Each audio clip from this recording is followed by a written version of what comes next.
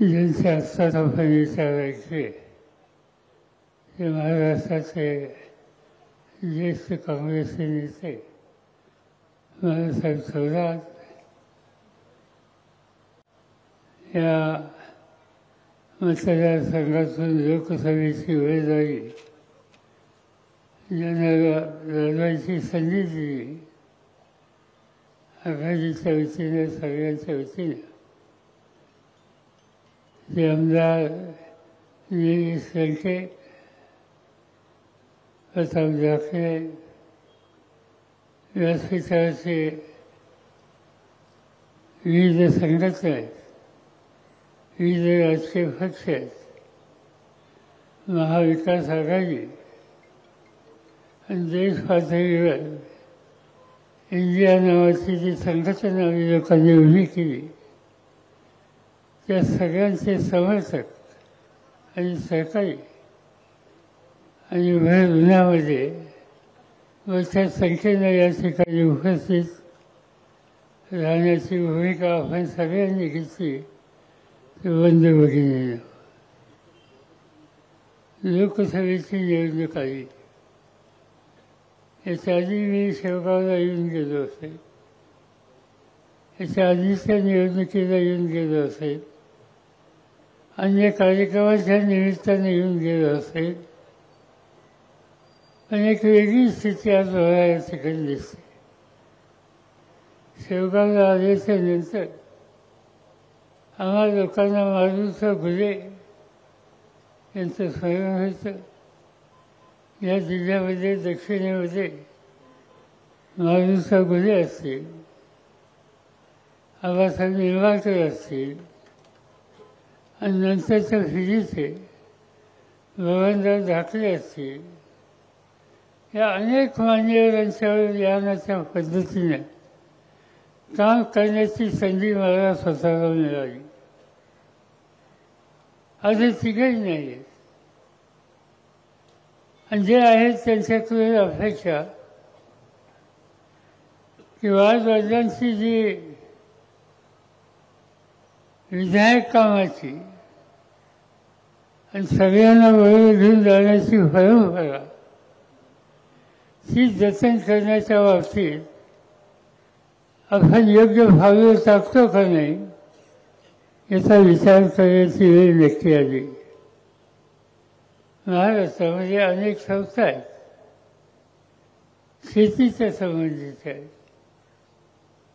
Vasantdada sugar institute ऊस उत्पादकांची या देशातली मोठी संस्था, मी स्वतः त्याचा अध्यक्ष आहे. आणि त्या संस्थेमध्ये नगर जिल्हा असो, सांगली, सातारा, कोल्हापूर, मराठवाडा, उत्तर प्रदेश, गुजरात या सगळ्या भागातून ऊस आणि ऊसाच्या धंद्याच्या संबंधी आस्था आहे असे अनेक लोक आम्हा लोकांच्यावर काम करतात. आणि त्याच्यामध्ये नरेंद्र घुलेंचा सुद्धा उल्लेख करावा लागेल. पण आम्ही त्या ठिकाणी कधी राजकारण आणत नाही. मी या निवडणुकीचं चित्र बघतोय तर त्याच्यामध्ये शेवगावमध्ये यापूर्वी कधी राजकारण पाहिलं नाही ते राजकारण या ठिकाणी दिसतंय.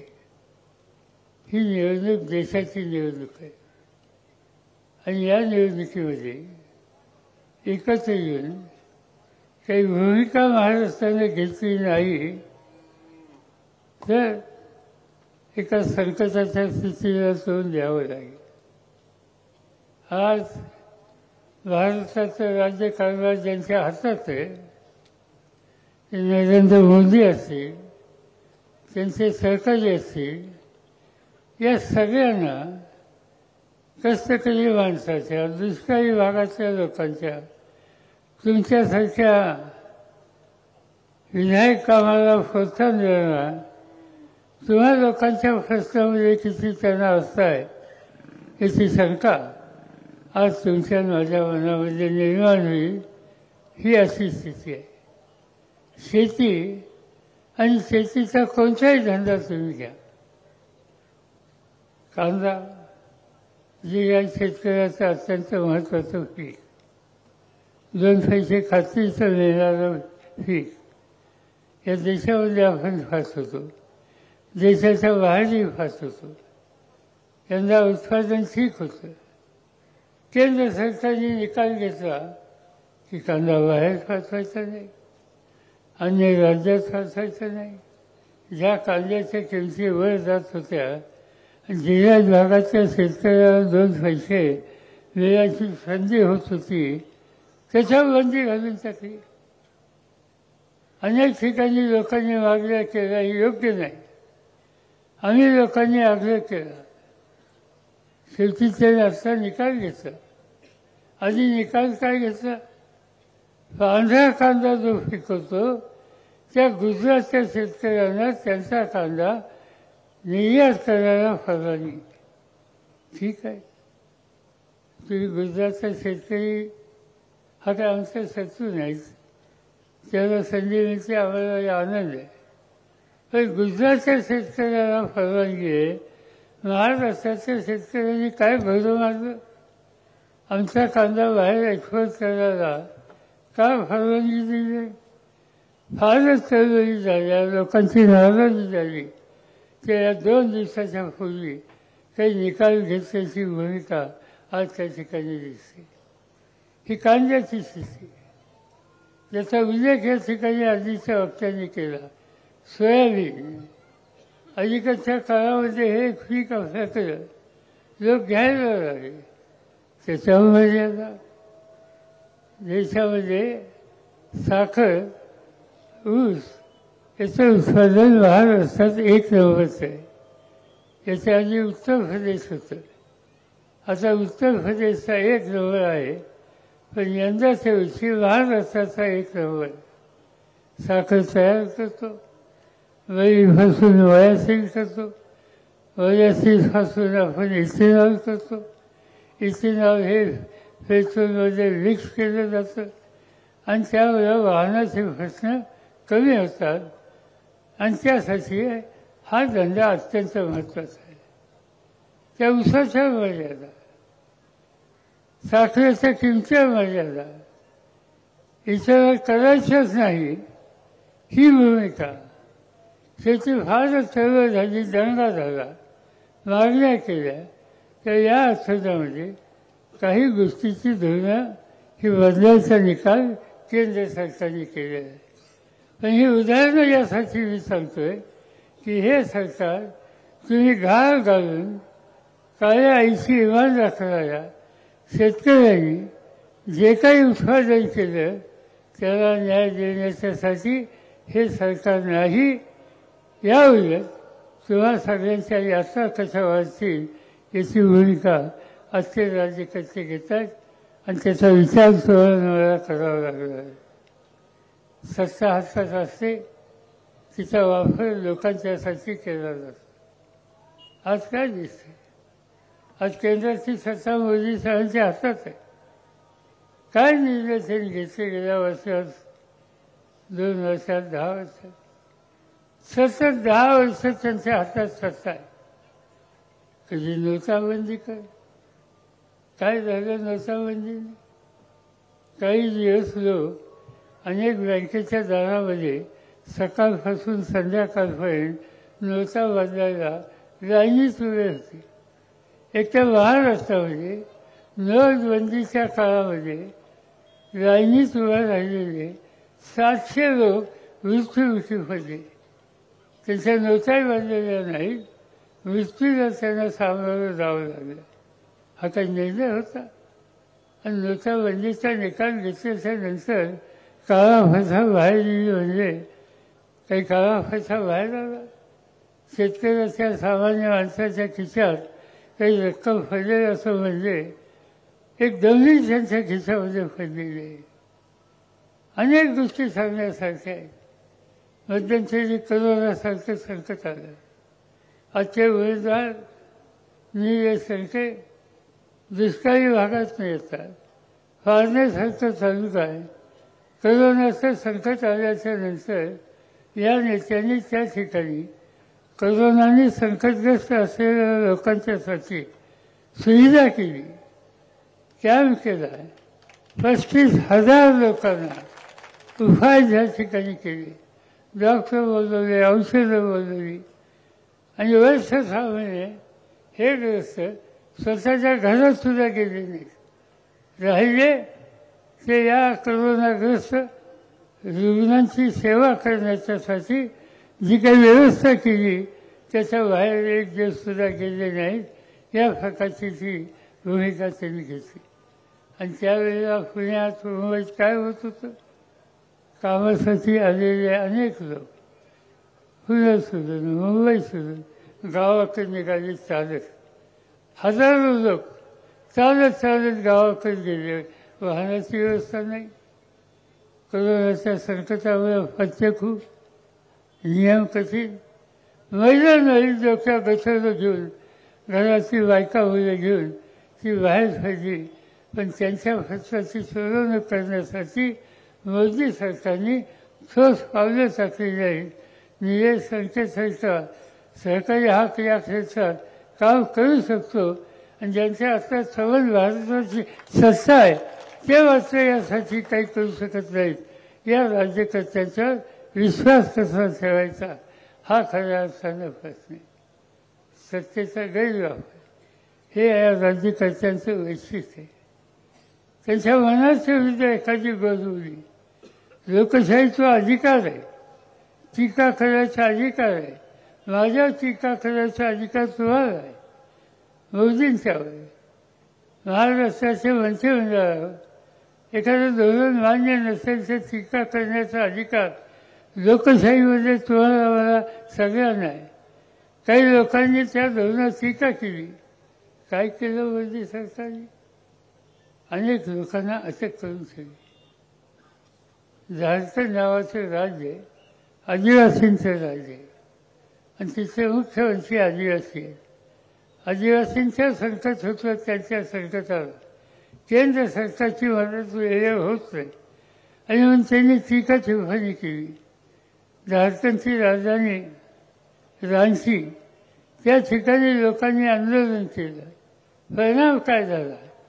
प्रश्न सोडवायच्या ऐवजी मोदी सरकारच्या सहकार्याने त्या राज्याच्या मुख्यमंत्र्याला तुरुंगात टाकलं. आदिवासी मुख्यमंत्री आज तुरुंगात आहे. लोकांचा पाठिंबा बहुमत हे असताना सुद्धा निर्णय घ्यायचा अधिकार त्याला नाही. तो तुरुंगात आहे. देशाची राजधानी दिल्ली, त्या दिल्लीचे मुख्यमंत्री अरविंद केजरीवाल अतिशय काम करणारी व्यक्ती. आम्ही दिल्लीमध्ये पार्लमेंटच्या कामाला जातो तर अनेक ठिकाणचे लोक येतात आणि सांगतात की केजरीवाल साहेबांनी आरोग्याच्या क्षेत्रात, शिक्षणाच्या क्षेत्रात जे काही काम केलं ते व्हायची आमची व्यवस्था करा. आणि ती व्यवस्था आम्हाला करावी लागते. ते काम पाहून आल्याचं ते सांगतात की असं उत्तम काम शिक्षणाच्यासाठी, आरोग्याच्यासाठी, प्रशासन यंत्रणेच्यासाठी कुठेही नाही. ते अरविंद केजरीवालनी करून दाखवलं आणि त्यामुळं 3 वेळेला निवडणुकीमध्ये केजरीवाल हे त्या ठिकाणी निवडून आले आणि मुख्यमंत्री झाले. केंद्र सरकारला हे त्यांचं धोरण, त्यांचं काम आणि त्यांच्याबद्दलची लोकांच्या मनाची आस्था ही आश्वस्त करणारी. आणि कुठे एखादी लहान चूक करायची आणि कार्यवाही करायची. आज हाच मुख्यमंत्री दिल्लीचा तुरुंगामध्ये काय गुन्हा त्यांनी केला? सरकारवर टीका केली. लोकशाहीमध्ये टीका करायची नाही आणि टीका केली ती चुकीची असेल तर उत्तर द्या, ते दुरुस्त करा. पण तुरुंगात टाकायचं. राज्याच्या मुख्यमंत्र्यांनी हे राज्य तर हुकुमशाही ही या देशाची लोकशाही आपण स्वीकारली आणि त्या लोकशाहीचा सन्मान हे भारतीय संसदीय पद्धतीचं वैशिष्ट्य आणि ते असताना आज त्या ठिकाणी अशा प्रकारचं अक्षत हे अनेक ठिकाणी केलेले आहे. पश्चिम बंगालचा मुख्यमंत्री त्यांच्या सहकार्यानं असं केलं, दिल्लीच्या मुख्यमंत्र्यांच्या सहकार्यानं असं केली, पंजाबचे मुख्यमंत्री आणि त्यांचे सहकारी टीका करतात म्हणून त्यांना असं की हे कसं राज्य आहे, मुख्यमंत्री यांना असं करणं. याचा अर्थ तुम्ही या देशाला संसदीय लोकशाही पद्धतीपासून एका हुकुमशाहीच्या रस्त्याला नेण्याच्या संबंधीचा संकल्प केलेला दिसतोय. आणि बाकी काही चालेल, पण या देशामध्ये लोकशाहीचा मूलभूत अधिकार हा कुणी उद्ध्वस्त करत असेल तर तुम्हाला मला एकत्र राहावं लागेल आणि त्यांच्या विरुद्ध संघर्ष करायची ही भूमिका घेतली पाहिजे. आणि त्यासाठी अतिशय जागृत राहण्याचं काम हे तुमचं माझं सगळ्यांचं आहे. अनेक गोष्टी सांगण्यासारख्या येतील. आज विविध प्रकारचे प्रश्न, स्थानिक प्रश्न हे अत्यंत महत्त्वाचे. दक्षिणेत चालल्याच्या नंतर नेहमी लोकांच्या समोरचा प्रश्न येतो आणि तो प्रश्न म्हणजे पाण्याचा. शेतीला पाणी हवं आहे. इतर शेतकरी घाम घालून कष्ट करायला तयार आहे, आपल्या शेतीतून सोनं पिकवायला तयार आहे, फक्त त्याला पाणी पाहिजे. अनेक योजना आहेत आणि त्याचा विचार झाला, पण निर्णय पूर्ण झाले नाही. शेवगाव तालुक्यामध्ये ताजनापूर लिफ्टचं पाणी 10 गावांना 17 गावांना देण्याच्या संबंधी कितीतरी दिवसापासून त्याची चर्चा आणि मागणी आहे. मला आठवत आहे शिवाजीराव काकडे आणि हर्षदा काकडे यांनी यासाठी संघर्ष केला. आम्हा लोकांच्याकडे त्याच्यामध्ये प्रश्न सुटावा म्हणून मागण्या केल्या आणि जे काही पाणी आहे आणि त्याचं जे शेवगाव तालुक्याचं वरून आखे गावाचं 9 गावांना ते पाणी मिळावं यासाठी या कुटुंबांनी माझी भेट घेतली. या राज्याच्या पालबंधारे मंत्र्यांशी आम्ही चर्चा केली, पण अजूनही त्या सगळ्या गोष्टी पूर्ण झालेल्या नाहीत. पण मी असं एवढंच सांगतो की असे प्रश्न सोडवल्याशिवाय गत्यंतर नाही. माझ्या पुरतं मी सीमित एवढं सांगतो की या लोकांचा हा जो प्रयत्न आहे तो प्रयत्न कृतीत येण्याच्यासाठी जी काही त्यांना मदत लागेल ती मदत मी आणि आमचे सगळे सहकारी करतील तर हा पाण्याचा प्रश्न सुटावा. आज निवड शेती एकतर शेती हीच आपण करतो, पण उद्योगधंद्याची जोड पाहिजे. आणि उद्योगधंद्याची जोड पाहिजे तर MIDCची गरज आहे. छोटे मोठे उद्योग कसे येतील त्यासाठी लागणारं इन्फ्रास्ट्रक्चर हे MIDCच्या वतीने तयार करता येईल. आणि त्यासाठी या शेवगाव तालुक्यामध्ये मिनी MIDC तरी आणता येईल का या संबंधीचा प्रस्ताव आज राज्य सरकारच्याकडं पेंडिंग आहे. मला स्वतः वाटतं की आम्ही व्यासपीठावर बसलेल्या लोकांनी उद्या निवडणुकीची प्रक्रिया संपल्यानंतर 2 गोष्टी तिथं लक्ष घालावं. एक पाणी आणि दुसरं MIDCचा प्रोत्साहन करून उद्योग. आणि या 2 कामाला खऱ्या अर्थानं प्रोत्साहित करू शकतो, प्रश्न सुचले तर स्थिती ही बदलल्याशिवाय राहणार नाही.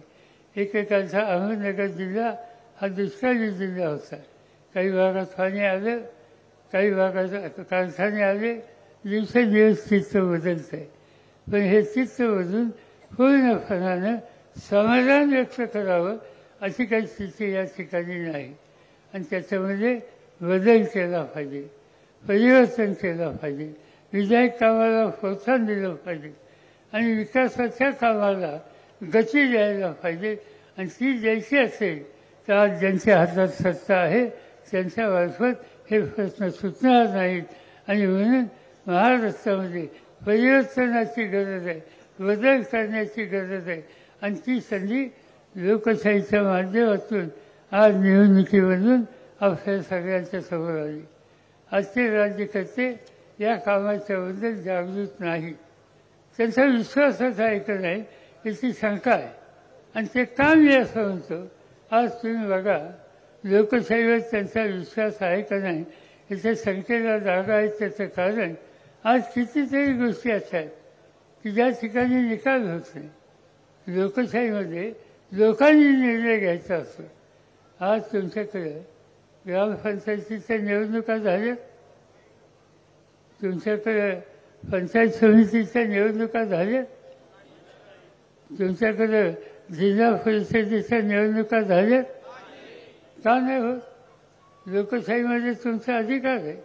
पण हे सरकार या निवडणुका घ्यायची जबाबदारी त्यांच्या असताना सुद्धा लोकशाही संस्थेवर त्यांचा विश्वास हा नसल्यामुळं लोकांचाच मताचा अधिकार हा गाजून द्यायचा नाही, त्याचे निर्णय घ्यायचे नाही आणि ठराविक लोकांच्या हातामध्ये मुठीमध्ये राज्यकारभार देऊन ह्या राज्यकारभार आपल्याला हवा तसा या पद्धतीने करायचा, याचा स्वच्छ अर्थ आहे की लोकशाही पद्धतीवर यांचा विश्वास नाही. बाबासाहेब आंबेडकरांनी आज आपल्याला त्यांनी एक महत्त्वाचा अधिकार दिला आणि तो अधिकार घटनेने दिला. आज या संविधानाच्या संबंधी चिंता व्यक्त करावी असं आहे. तर ही घटना जगवली पाहिजे, शिकवली पाहिजे. पण ज्यांच्या हातात सत्ता आहे त्यांची काय भूमिका आहे? आज ते सांगतात, भाषणं करतात, मोदी साहेबांना अधिक अधिकार दे. ते अधिकार इतके असले पाहिजेत की प्रसंगी घटनासुद्धा बदलता येईल. या भाजपवाल्यांचे एक बंगलोरचे खासदार आहेत, त्यांचं नाव हेगडे. त्या हेगडेंनी मध्यंतरी मागणी केली की या देशाची घटना बदलून अधिक अधिकार मोदी साहेबांना द्यायची गरज आहे. मागणी करतो एक खासदार. ज्योती बिर्ला नावाच्या राजस्थानच्या खासदार आहेत, त्यांनी जाहीरपणाने सांगितलं की संविधानात बदल करायची गरज आहे आणि ती बदल करण्यासाठी मोदी साहेबांना अधिक अधिकार द्यायला पाहिजे. उत्तर प्रदेशमध्ये लल्लू सिंग नावाचा मुख्य एक खासदार आहे, भाजपचा खासदार आहे, त्यांनी मागणी केली की मोदी साहेबांचे अधिकार वाढले पाहिजेत आणि घटना बदलायची ताकद त्यांच्या हातात दिली पाहिजे. याचा अर्थ काय? याचा अर्थ या राज्यकर्ते आणि सत्ताधारी पक्षाच्या लोकांना आंबेडकरांच्या घटनेवर त्यांचा विश्वास नाही, त्याच्यात त्यांना परिवर्तन करायचं आहे आणि परिवर्तन करून तुम्हा लोकांचा मजबूत अधिकार हा त्या ठिकाणी उद्ध्वस्त करायचा आहे. आणि हे जर करण्याच्यासाठी कोणी प्रयत्न करत असली तर तुमची माझी जबाबदारी आहे. काय फैद्यांची किंमत देऊ, पण आम्ही हे होऊन देणार नाही. आणि ते होऊन द्यायचं नसेल तर निलेश लंकेंच्यासारखे सहकारी आपण आपापल्या संसदेमध्ये मोठ्या मतांनी विजय केलं पाहिजे. आम्हाला लोकांची साथ त्यांना आणि तुम्हाला राहील एवढीच खात्री या ठिकाणी बाळगतो आणि माझे 2 शब्द संपवतो. एबीपी माझा, उघडा डोळे बघा नीट.